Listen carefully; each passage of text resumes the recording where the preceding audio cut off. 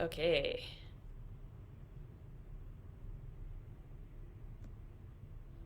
All right. Hello and welcome to today's video where I'm going to be talking about anchoring in unconditional self-love as a practice, or anchoring in self-love as a practice, or anchoring in unconditional love as a practice, because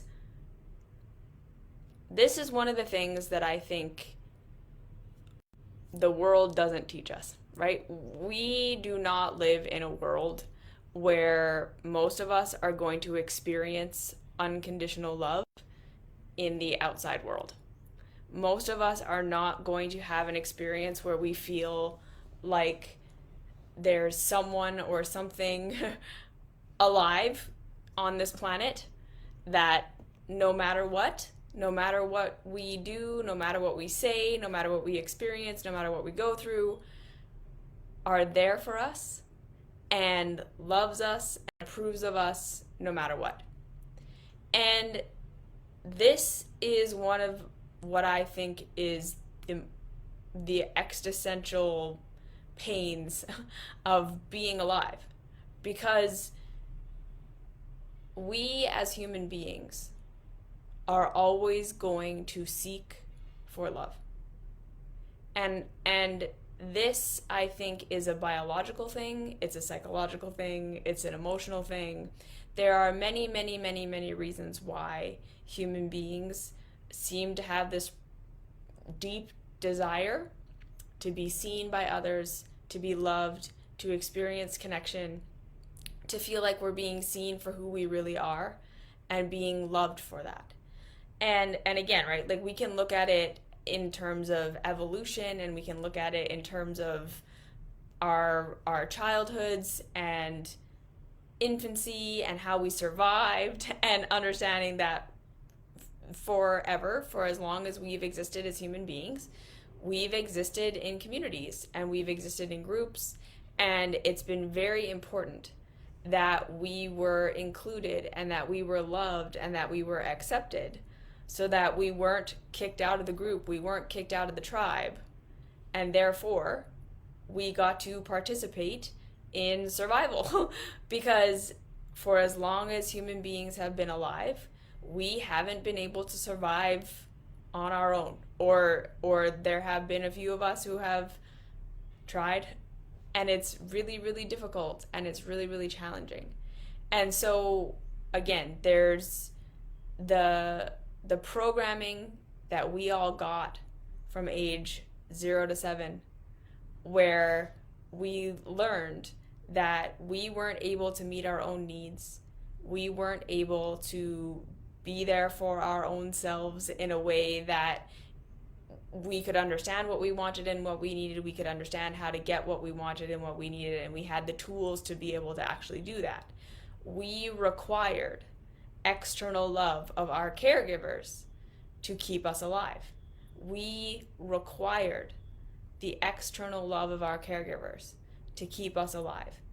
The very first nervous system program that all of us received in our lives here on this planet was that we had these caregivers, we had these people who were outside of us, who were there, who could make our pain go away, and who could give us pleasure. Yeah? And we learned that it was through their love and acceptance that we got what we needed. It was through their love and acceptance that we were nourished, that we were protected, that we were given everything that we needed, and that, like I say, we were protected from the things that we didn't need. And from our perspective, that first program that we would have gotten as our brains were developing and our bodies were developing and our sense of understanding of the world was developing, it would have been clear to our understanding as children that these people had access to everything, that they were perfectly aware, they knew everything, they had access to everything. And therefore, if they weren't giving us pleasure, or if they were not taking our pain away for whatever reason, that it was because we were doing something wrong. It was something wrong with us. We would have had a perception that caregivers care for me when they love me, and when they don't love me, they pull away, or when they're pulling away, it's because they don't love me.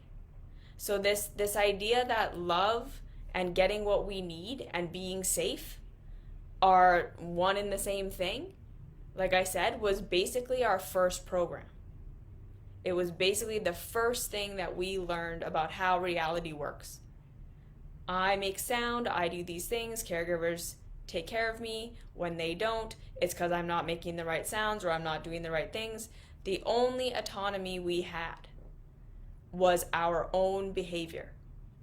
So again, we have to understand that, like, fundamentally, in our nervous systems, in our bodies, before our logical minds were even formed, our perception, right, our understanding that in order to be safe, in order to get what we need, in order to have provision, we need to be loved, and that all of those things go away when we are not loved, and that is the reason they are going away. That was the first program we got.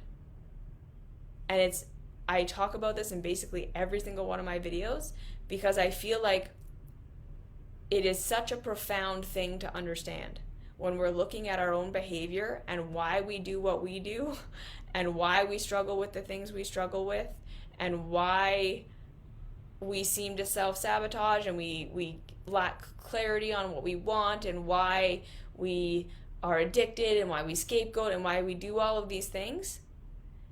If we can start to bring it all back to the idea that we were fundamentally programmed that love equals safety and being what other people want us to be and doing what other people want us to do is the answer to all of our problems, and then understanding that culture works in a very specific way and that our families worked in a very specific way and our friends group work in a very specific way and our work environment works in a very specific way, and not all of those ways align with how real reality is, right?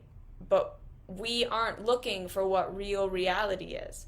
A lot of us are unconsciously or subconsciously continually driven to doing what we need to do to fit in, or continually driven to hate the parts of ourselves that don't.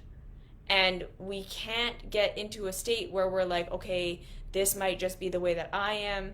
Can I figure out a way that works for me? Can I do the things that nourish me and that support me, and like what even nourishes and support me? Because all we can see is I'm failing to live up to the thing that I should be doing, and the thing I should be doing is right. Because again, right, to us, it's just that what's going to get us approval, what culture is telling us, what families are telling us, what was programmed into us from our very early childhood forward, before even our logical mind could come in as being the right way to be, was programmed in as this is how we survive. You see? So to understand that, to go against the grain, or to try to find our own way, or to know that we're being rejected and to go forward anyways, this is like one of the hardest things a human being can possibly do. This is one of the hardest things that a human being could possibly do, because it goes against our very first survival instinct, that love and approval equals getting my needs met, equals being included in the group, being taken care of, and that being rejected, being abandoned equals I'm gonna die. And again, I know that this is a hard concept for us to necessarily like conceptualize sometimes in our own selves, because we're not logically thinking, if my boss rejects me, I'm gonna die. We're not logically thinking, if I dress in a way that my friends don't like, I'm gonna die. Like, we're not thinking these things. But we all have this sense, generally speaking, from my experience of talking to people, and if this isn't you, that's fine, that when we're being rejected and when people are judging us and when we're not accepted, or when we feel like we're not living up to expectation, or we're not doing life right, like when we have that sense that I'm failing and I should be doing something better and I should be doing something different and I'm not, what we're really doing, what is actually happening is our logical mind is looking for the reasons why we're being rejected. It's looking for the reasons why we're not being loved, so it can try to fix those things in an attempt to get us what we want and get us what we need. You see what I'm saying? So a lot of the time we walk around not knowing what we actually want or what we actually need, not knowing why we're actually in pain, not knowing what would actually make us feel better. All we know is that we feel something, and then we look for how it is that we're failing to fit in or what we're doing wrong so that we can try to fit in, so that we can try to figure it out, thinking that if I do the right thing by whatever conditioning we received in our childhoods, I will be happy, right? We're not looking, most of us aren't looking at cause and effect. We're not really looking at what is actually hurting me, what is actually causing me pain, what would actually bring me joy. Because we were not taught to do that. We weren't taught to look for reality. We weren't taught to look for actual cause and actual effect. We were taught to fit in. We were taught to conform. We were taught that if you fit in and if you conform, you will have what you need. You will be safe. You will be loved. And when you are loved, you will be eternally safe. Okay? So then what this means is that most of us, for the rest of our lives, are going to chase external love. We're going to chase perfect external love. We're going to continually be on a quest of self-improvement, of trying to fix all the parts of ourselves that didn't fit into our cultural conditioning as children, that doesn't fit into our cultural conditioning as adults. But a lot of the time it's going to very much come down to what we were raised to believe in our childhoods was the right way to be in order to fit in with our caregivers and the other authority figures that were around us. That's going to be programmed in as the closer I get to that, the safer I'm going to be. Okay, so the more we, as a natural human being doing what we're doing on the planet, can't live up to that, the more there are parts of ourselves that aren't able to be what our caregivers wanted us to be, that aren't able to be what our religion wanted us to be, that aren't able to be what our educators want us to be, and that are things that our caregivers and our other authority figures didn't validate, didn't accept, didn't approve of, the more we're then going to have existential fear and dread and hatred towards parts of ourselves. Because these parts of ourselves, to our perception, are ruining our chances at perfect love. And the reason that is bad is because that ruins our chance of perfect safety. Right? That we are all, on some level, seeking, getting back to that place where our caregivers fully loved and fully accepted us, and therefore fully provided for us and kept us totally safe. All of us had that illusion broken at some point during our childhoods, right? The my caregivers are fully on my side. These people who have control of everything are fully benevolent, and they can do everything for me, and they can keep me safe, and everything is great, and I am safe in their care. Some of us had that illusion broken much later in life. Some of us had that illusion broken very, very early in life. But again, we're all going to have that programming. We're all going to have that deep nervous system program that if I can just be what my caregivers wanted me to be, that if I can just live up to the expectation, if I can just get rid of these parts of myself that aren't doing the thing they're supposed to be doing, if I can just get myself to do the things I'm supposed to do, I will finally be perfectly loved. And in that perfect love, I will be perfectly safe. The pain will go away. We all are kind of searching for a heaven, quote unquote, on this planet where we're fully loved and fully accepted, because again, to our nervous systems, love and acceptance equals freedom from pain. It equals being rescued from everything that hurts and being provided for. That's what the program we got in our childhoods. So again, like I said, we never got to learn what we actually want or what we actually need or what actually works in real life to lesser and greater degrees. Because again, it was all just, what is everyone around me doing? What is the right thing to do by society's standards? What is the right thing to do by caregiver standards? How do I need to alter my behavior to try to make it so that I will be loved and therefore I will be safe? Yeah?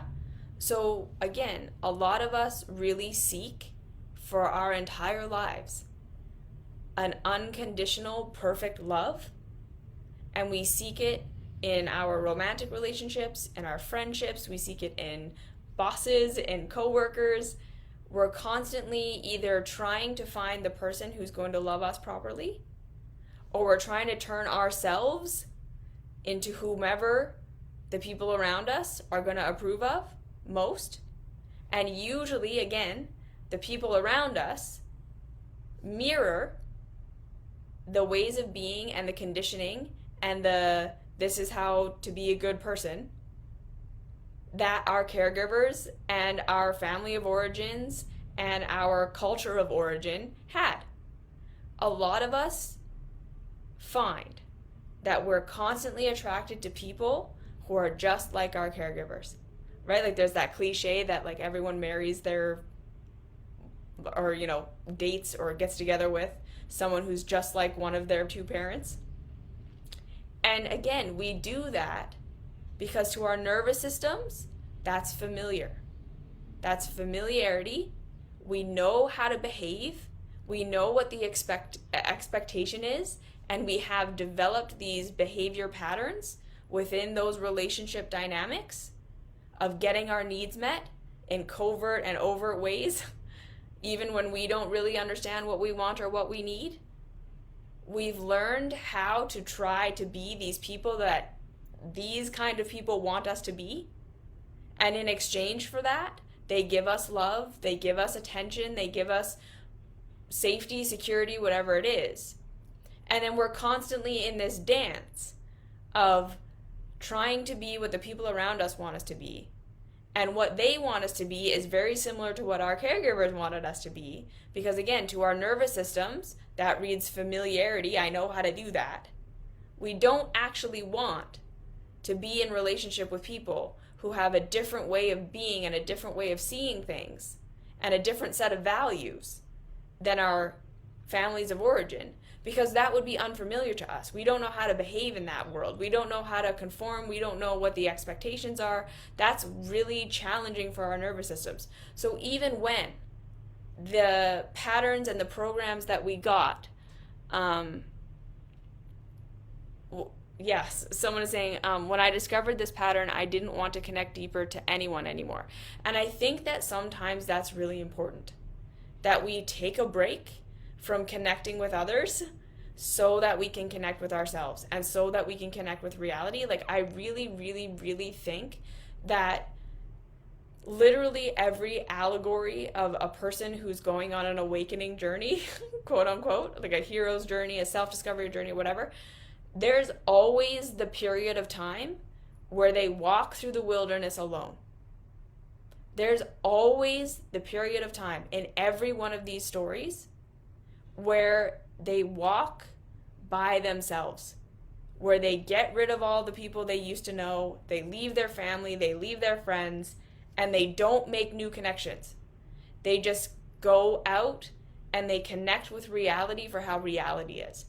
And I feel like this is part of why finding self-love is so important. Because So long as we're wrapped up in this story and in these nervous system programs that I have to do and be what my conditioning is telling me I have to do and be, which then again, right, is being reinforced by our adult relationships, where we continue to seek out the people who have the same values and have the same ways of being and the same relationship dynamics that we grew up with, which continues to reinforce to us that this is just how reality is. This is how I have to be. This is how everyone is. Martha Beck calls it your generalized other, where we all walk around with this sense that everyone is like this. Everyone believes these things. I have to be this way and I have to do these things, because if I am not, everyone will abandon me. Everyone will reject me. And we have all this evidence of it being true in our families, it being true in our friends when we were young, it being true in the conditions of our childhood, and it being true in the conditions of our adulthood, not because everyone is actually like that, but because the people we are attracted to are like that, because that's familiar to us, right? It's just we tend to flock with the same people unless and until we really wake up to this and intentionally seek out something else. Even if our conditioning is so painful and so against what works for us and so not anything that supports who we really are as a human being, usually what that means is we will just hate ourselves and hate ourselves and hate ourselves and hate ourselves and continue to think that we're broken and shameful and wrong and bad for not being able to fit in and not being able to do the things that the people around us want us to do. And then that is reinforced by the people around us when they actually do not like us and tell us you're bad and you're wrong and you're not doing the things you should be doing and this way is bad and you're not living up to expectation, which just continues to reinforce that it's our fault and our problem. Even when that is so horribly painful, it's really hard and challenging to go and look for other people who believe different things, who like us for who we actually are, who have different morals and values and sets of ways of being that don't align with how we were raised, because that's going to feel like a threat to our nervous system.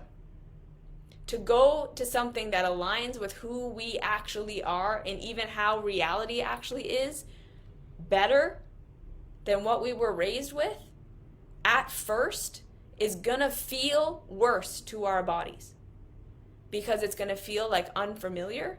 I don't know how to navigate that. I don't know what to do with that. I don't know what the right and the wrong way to be in this new environment is. And that's gonna feel like a threat. So again, most of us, for most of our lives, will stay in this bubble of looking for the perfect love and approval of everyone outside of us, ourselves, of keeping the same types of people around us that reinforce the same programs we got as children. And we will live our lives feeling like we're not good enough, we're shitty, we're broken. Every time we're in pain and something doesn't feel good in our lives, because the first program is, if you are in pain, it's because you're being rejected. Because the first program is, the way to have what you want and to have what you need is to be loved and accepted by someone outside of yourself so that they can understand you, they can provide for you, they can give you what you want and what you need. The very first program we ever got is to have what we want is to be approved of by someone else. To have the things that we don't want taken away is to be approved of by someone else. The very first program we get is literally nothing is real, nothing is how it actually is until someone outside of me validates it, agrees with it, says that it is so. So we all grow up to lesser and greater extents, because some of us are encouraged to have a sense of self. Some of us are fostered in our healthy growth. Some of us are encouraged to, like, what are you experiencing?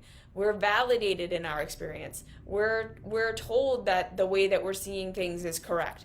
And some of us then again, develop self-esteem. We develop a capacity to witness reality for how it actually is and why we're in pain and what's hurting and what's not. Some of us have that. Some of us have that much less. Some of us have had our experiences completely invalidated. We were in pain, we didn't like things, things hurt, things didn't work for us, and rather than our caregivers and the people around us being like, okay, why does this hurt? What is hurting? What hurts about it? What would work better for you?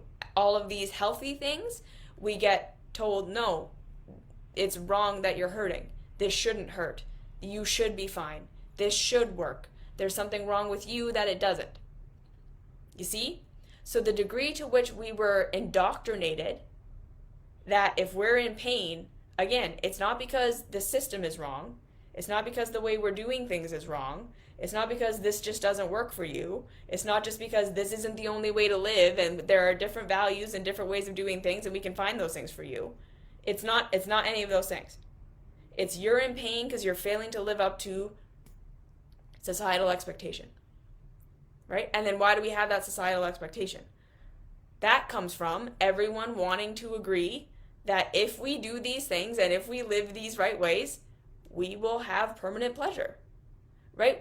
Culture and our conditioning, our families, everyone, we all have theories on what we should do and what we should be and what should lead to success. And again, most of the world is operating from a, this is what I was told I should be and I should do and what will lead to success. And we're all just going to keep doing that. And if we're struggling and if we're suffering and if it doesn't work for us, we're going to assume it's something wrong with you because the program is right. Yeah? The religion is right. If you're struggling in the religion, it's because there's something morally wrong with how you are. If you can't live up to the expectations of the religion is correct. The religion has it figured out. If you can just do everything the religion says you should do, you should have perfect peace and perfect abundance and a perfect life. And therefore, if you are not, it is because you are failing to live up to the religion.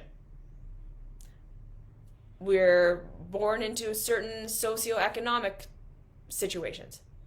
So then you have to have this kind of job, this kind of education, you have to dress this kind of way, you have to speak this kind of way, you have to behave this kind of way.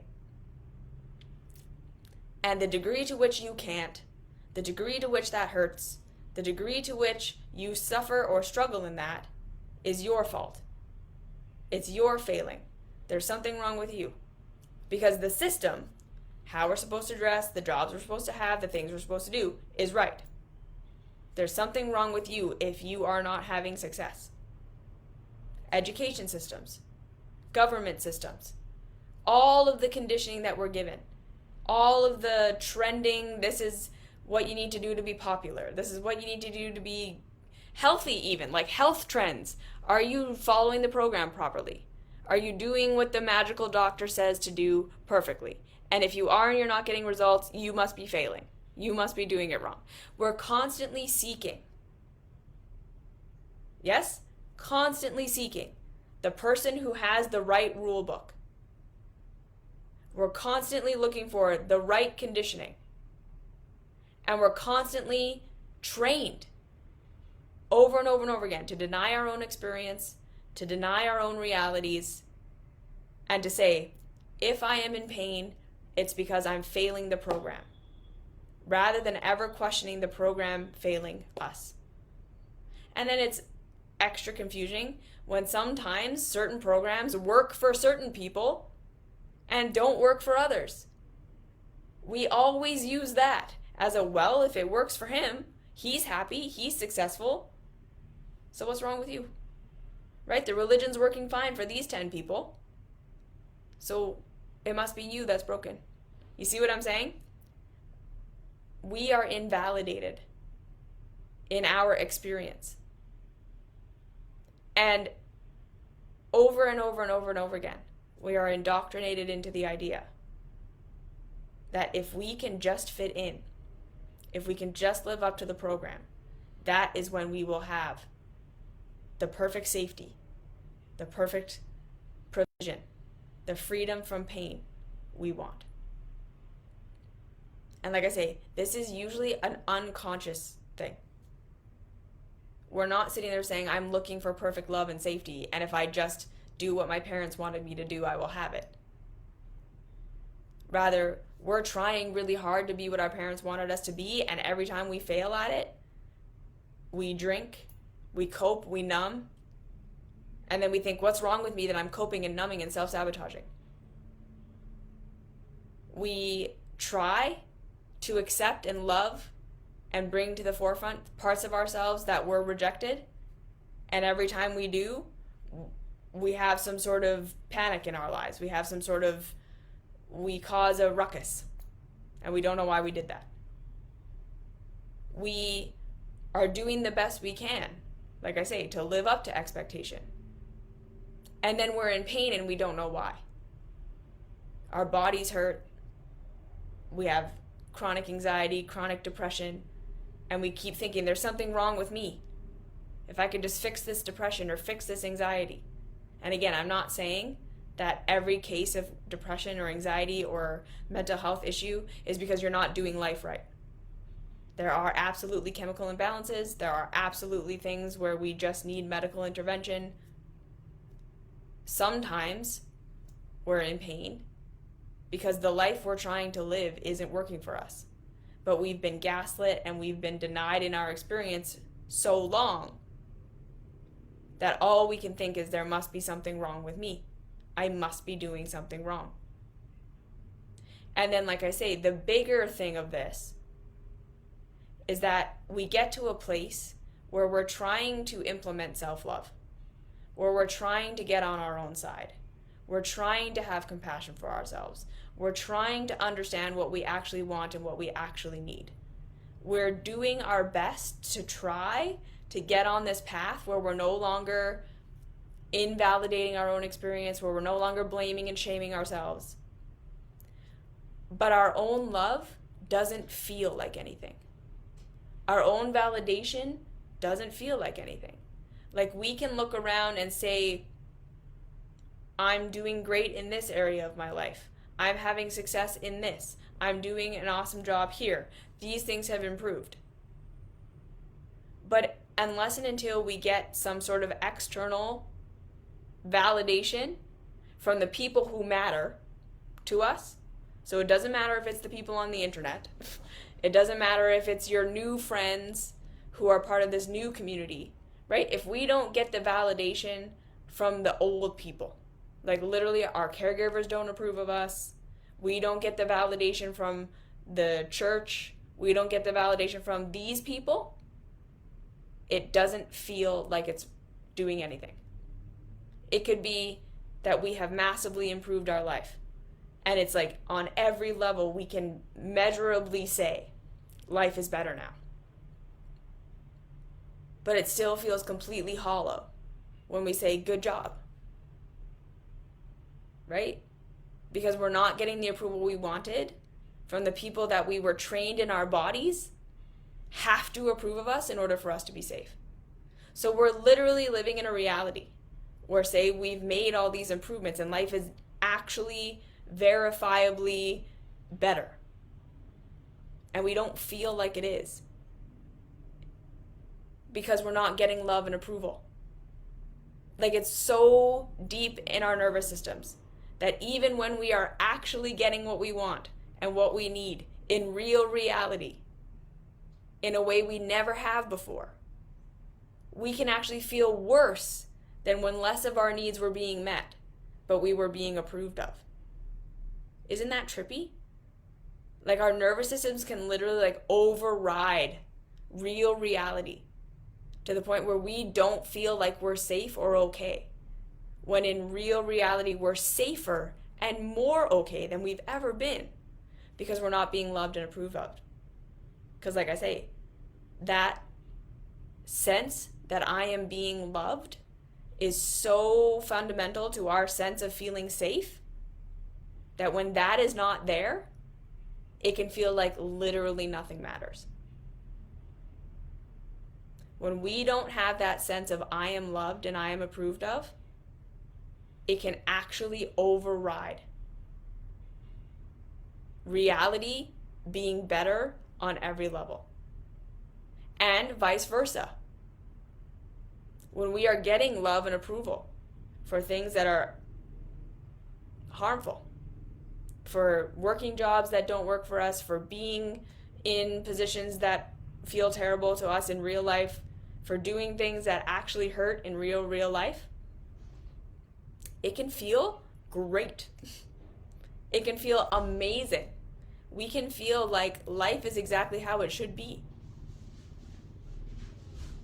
And this pain that we have in the background, and these ways that we're coping and numbing and self-sabotaging and doing all this stuff, is going to make no sense. Because we have this high of feeling loved and approved of.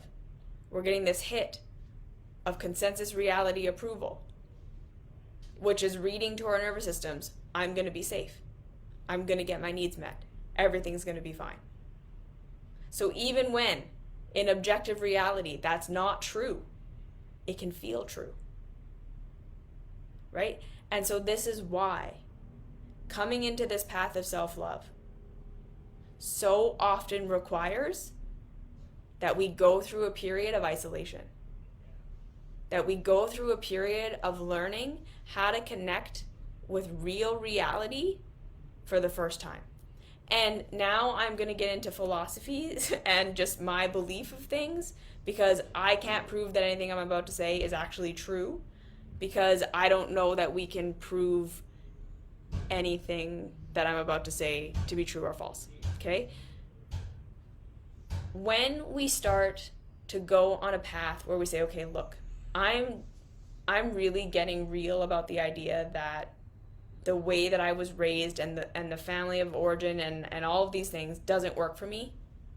When we get into this space of like looking at our addictions and our coping and our numbing and our self-sabotage and the ways in which we hurt ourselves and we hurt others, and we stop blaming ourselves and we stop looking for what's wrong with us that we're doing that, and we start asking the question, what do I need in terms of support that I'm not getting?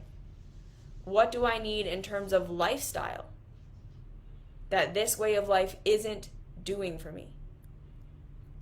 Where is my conditioning causing me to have to get rid of parts of myself or to try to be things that I'm not? Where am I in pain because the conditioning that I've been given doesn't align with reality or the reality of me? And we start to ask that question. What if I'm not broken? What if I'm not bad? What if it's just that the conditioning I was given was incorrect? At first, we're just going to feel very confused and scared. And like I said, our nervous systems are going to freak out. They're going to be like, no, if you go some other way, you do other things, you're going to get rejected, you're going to die.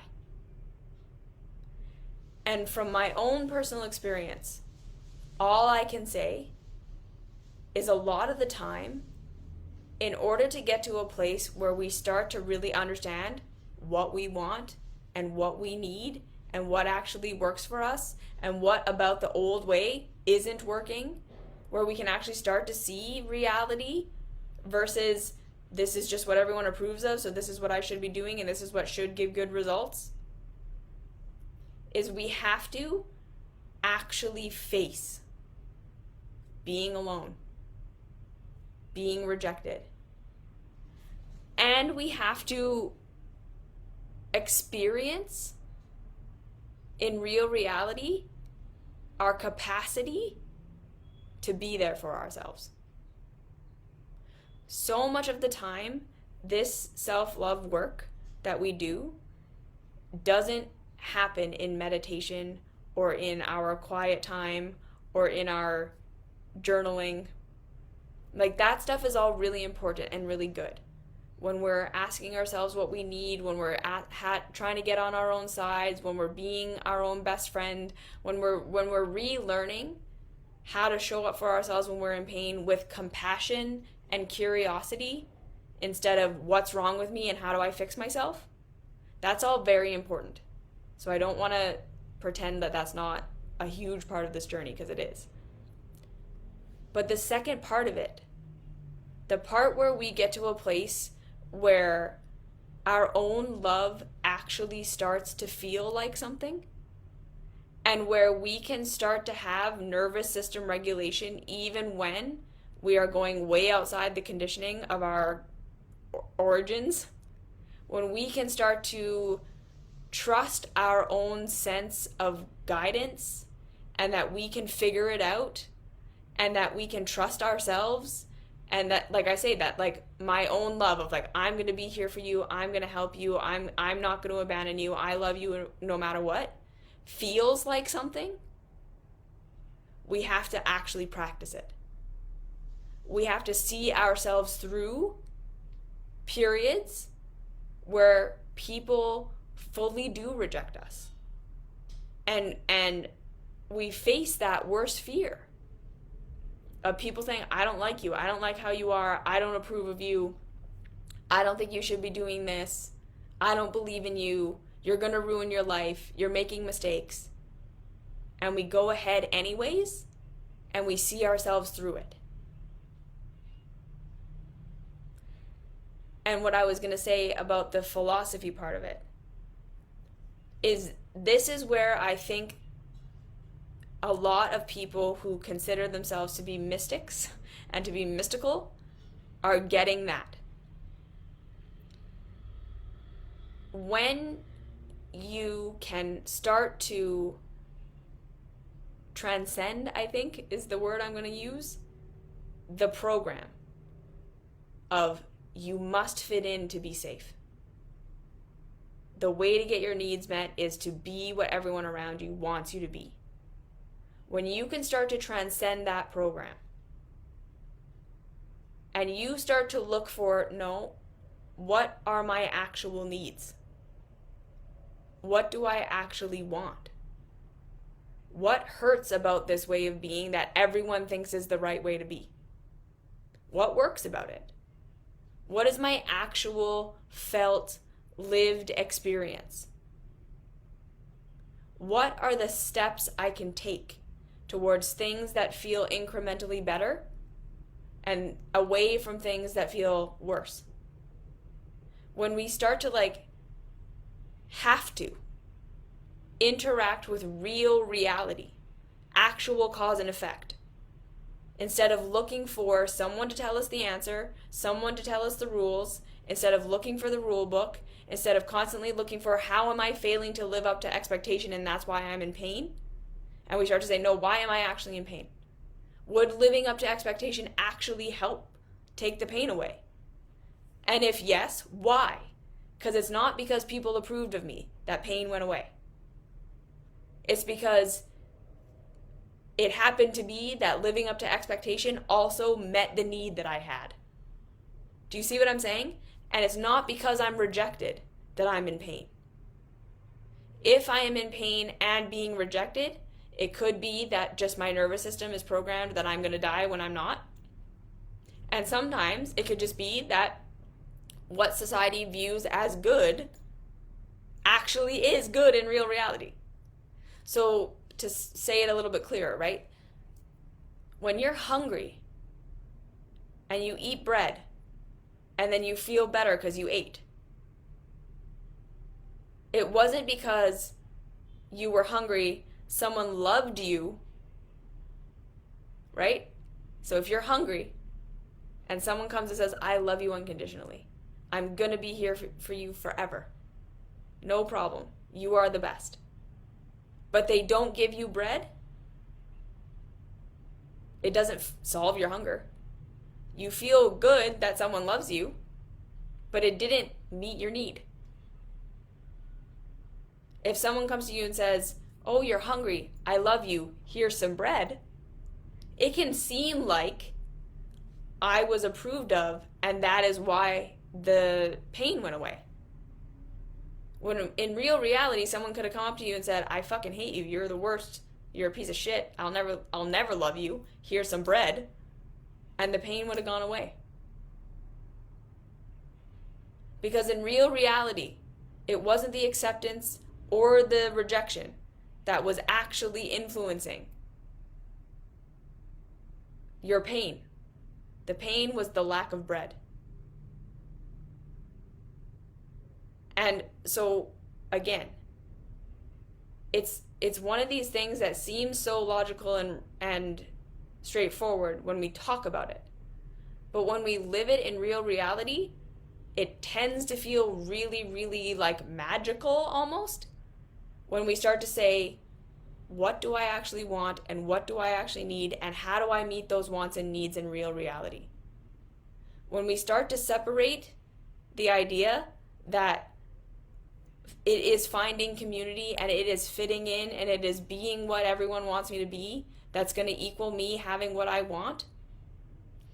And when we can start to catch ourselves that when we are experiencing pain, rather than going into self-help and self-improvement and how do I fix myself, right? We catch that. We go, oh, right, my programming is telling me the reason I'm in pain is because I'm not living up to expectation. So then we can start to deconstruct. What's the expectation, right? What is even the conditioning that I've been taught that I have to be? And for, again, most of us, we're going to be like, well, it's what everyone is. It's what everyone thinks. It's what everyone believes. And I guarantee you that it isn't. There are people out there who believe the exact opposite thing as you, who are getting good results. Because it's not consensus reality that does or doesn't lead to our pleasure. It's alignment with real reality. And again, this gets a little gray and a little complicated because, of course, we do live in a world where we are connected to others and where people do have power and where people have the capacity to override real reality in terms of like ownership of resources and distribution and unfair systems where living up to what society expects of you really does get you better results in terms of getting your needs met.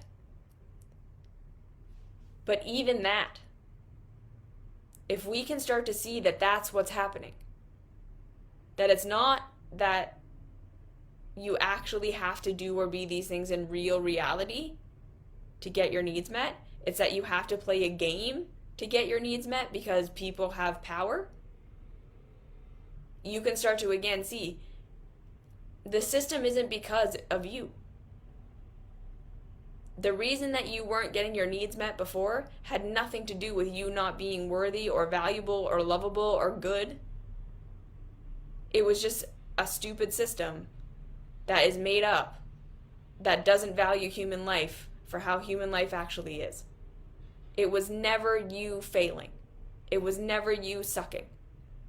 It was a shitty system, right? Like even that, we start to break with this idea that there can be anything wrong with you.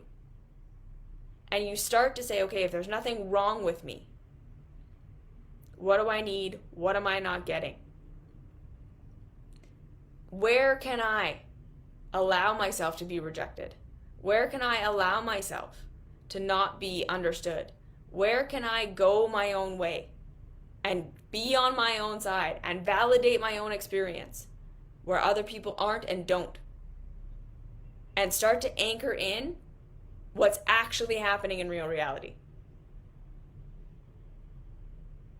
Am I improving my life or not? Am I feeling what I'm feeling? And if so, I'm feeling it for a reason. There's nothing wrong with me. So now what am I feeling? Why am I feeling it? We start to connect with real reality. And this is what, over time, is going to make our own love feel like something. When we see ourselves through the challenges of validating what we feel, even when culture doesn't validate what we feel. Of being on our own side, even when everyone else isn't on our own side. When the world is telling us that we're shitty and we're broken and we're doing the wrong thing and the reason we're in pain is because we suck. The more we practice saying no, what am I actually feeling? What do I want? What is not working about this? I'm going to assume innocence in myself. And I'm going to look for what I actually want and what I actually need. We start to connect, like I say, with that mystical power of it's not getting myself to fit in that's going to fix this problem. It's getting myself to figure out what the problem actually is. Right? My body is not in pain because someone doesn't love me.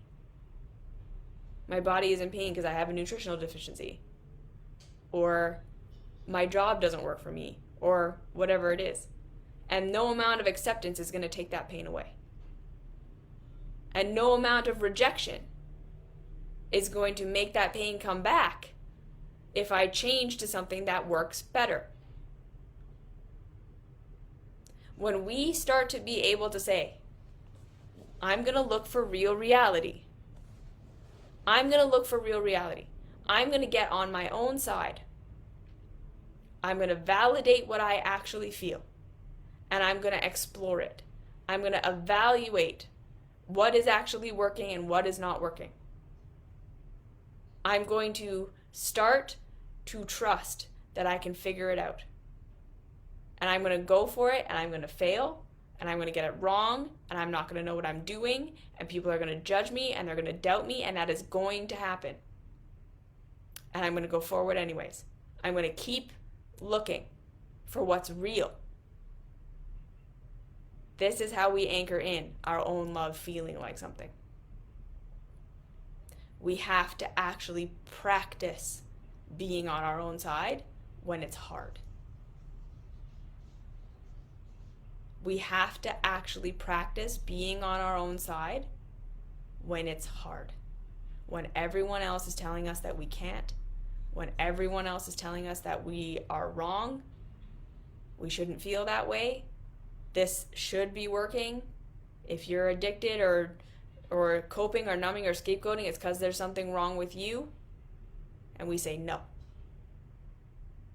What's actually happening? Why doesn't this work? Why doesn't this feel good? I know that you think you have the program for a perfect life, but you don't. Because I'm trying to follow your program and it doesn't make me feel good.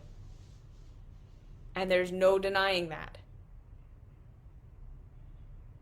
And we do that, and like I say, we are going to have to face the fear of people not understanding, of people rejecting us, of us making mistakes and it not going how we thought it was going to go, and showing up for ourselves anyway. We commit to compassion for ourselves and to curiosity for what's actually happening.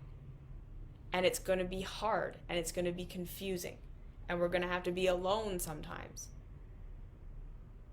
But like I say, the way that we anchor this in so that we actually believe our own love is we have to experience it. We have to give ourselves the opportunity to experience it.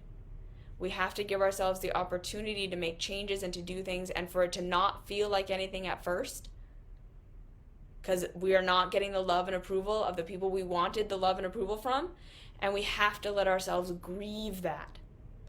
This is why anger and sadness are so vital on this path of coming into adult awareness. We have to get sad that the people we wanted to love us are never going to love us. We have to get angry at the people who taught us this is how life is, that they were wrong. Eventually we get to a place where we're not angry about them anymore, and we're not sad about it anymore. But we're going to have to go through that sadness and through that anger.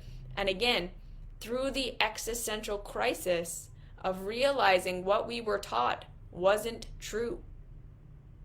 And we have to go through that dark night of the soul where we don't know what is true and we don't know what's happening. And we're just trying to be on our own side. Anchoring it in is not easy. Because again, a lot of the time it means having to just face it in real reality. And that was my experience. I just faced people telling me I was wrong and I was stupid and I was doing the wrong thing and I was going to ruin my life and I didn't know what I was doing and I was a heretic and I was horrible. And I had to face not knowing anyone who lived the way that I wanted to live or who understood what I was doing. The people in my life antagonized me most of the way. And the only reason that I have been able to create a life that is working better for me now, but more than this, that I believe my own self when I say that I'm here for me, that I have an internal sense of self-love, the only reason I have that is because I went anyways. I trusted myself. I learned how to catch myself. I learned how to understand my own needs and how to get them met. I learned how to read reality instead of looking for people to tell me what was the right and the wrong thing. So now I trust myself because I've proven it to myself.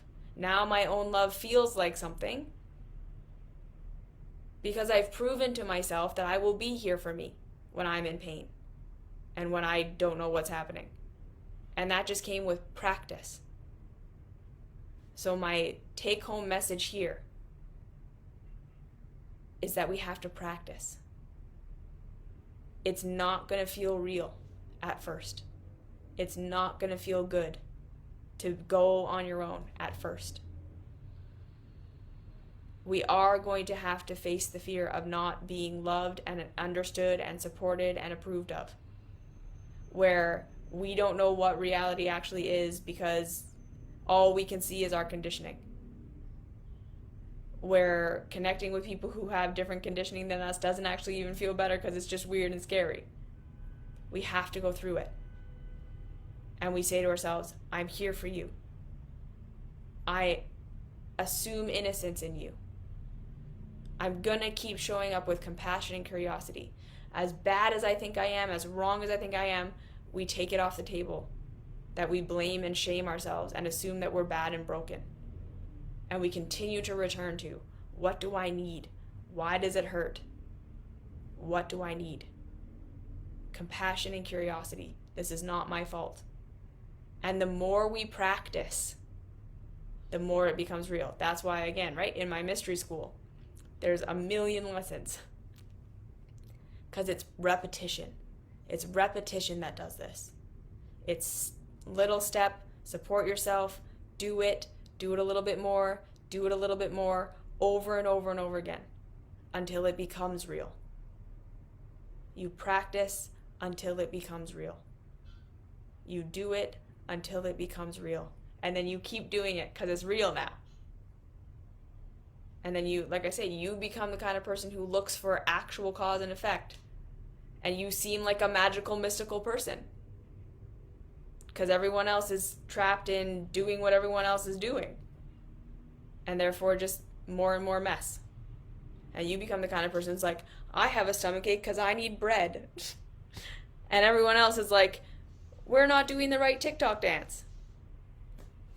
And you seem crazy until you eat bread and you feel better and everyone else doesn't. Like literally, like that's the metaphor, like that's kind of what I see in society a lot of the time. Is everyone is clamoring for like, what do I do to fit in? Thinking that's going to make the pain go away. And it's like, it's not. Where is the pain coming from? What is the actual pain? What do you need? That's what's going to make it go away. It's not magic. Self-love is really just about looking at reality for how it is. But we have to be able to step outside of approval is reality to get there. And that happens through practice. Just continually showing up and saying you're going to be on your own side. You stop looking for how you're broken and you start looking for what you need. Okay? So that's my talk today. It just takes time. It's practice and it's worth it.